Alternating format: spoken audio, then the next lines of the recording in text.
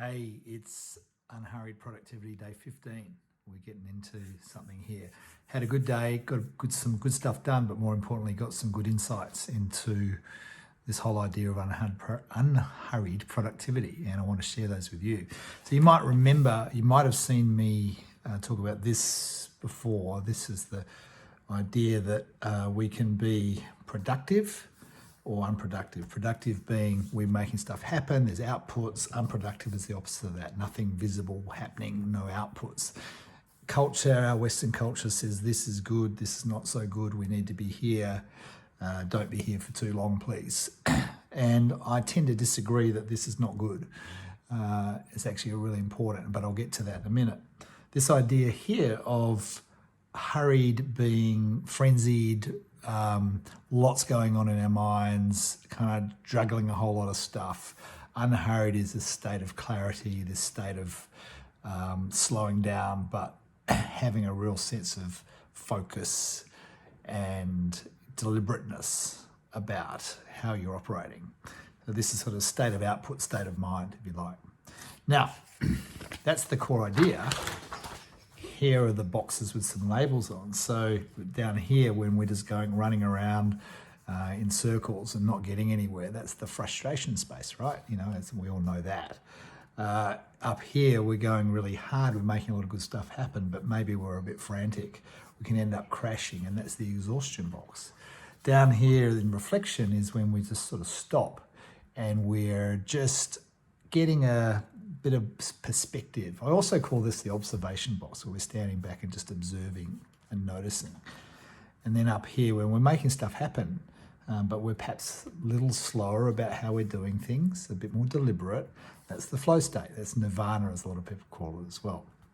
Now, I reckon, and here's the interesting insight for me, and hopefully for you, when I first arrived, I'd come out of my day-to-day working space, probably quite busy. I know I was quite busy, doing a lot of stuff, and I went to here. So a couple of weeks ago, slowed right down, took a couple of days to do it, and went into a reflection space, which by its nature is not productive. I've spent the last 2 weeks stewing in this idea that, you know what, I haven't actually created a lot of output in the last 2 weeks here, and I've been angsting about that if you've been watching my videos. Colin, to me, a colleague of mine who I had a call with today, he says, I reckon you're here. And I said, I think you're right. I think I'm sitting in this kind of running around, not producing anything, and getting a bit angsty about it in my head, kind of lots of thoughts running around in here. And I think that's a fundamental part of the process of unhurried productivity, because what happened today as I got into this state, I went into a highly productive space. All the ideas that have been running around in here, that have percolated up from being in here, came into some stuff that I got into flow, did a whole lot of writing, a whole lot of production, and it was awesome, and it was almost effortless.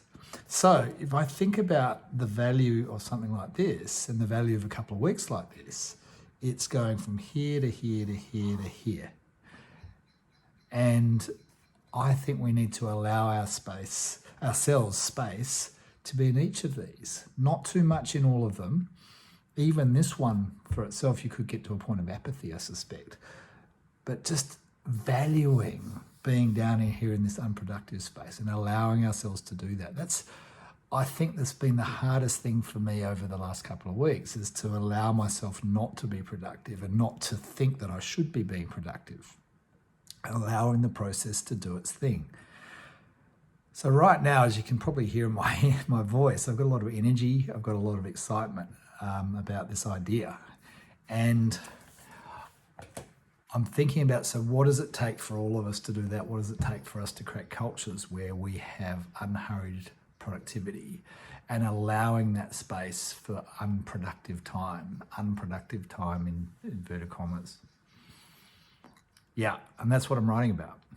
I think noticing that the process is happening, noticing and allowing ourselves and others to sit with the unproductive space and calling it, this is part of the process, but also actively reflecting and working through it.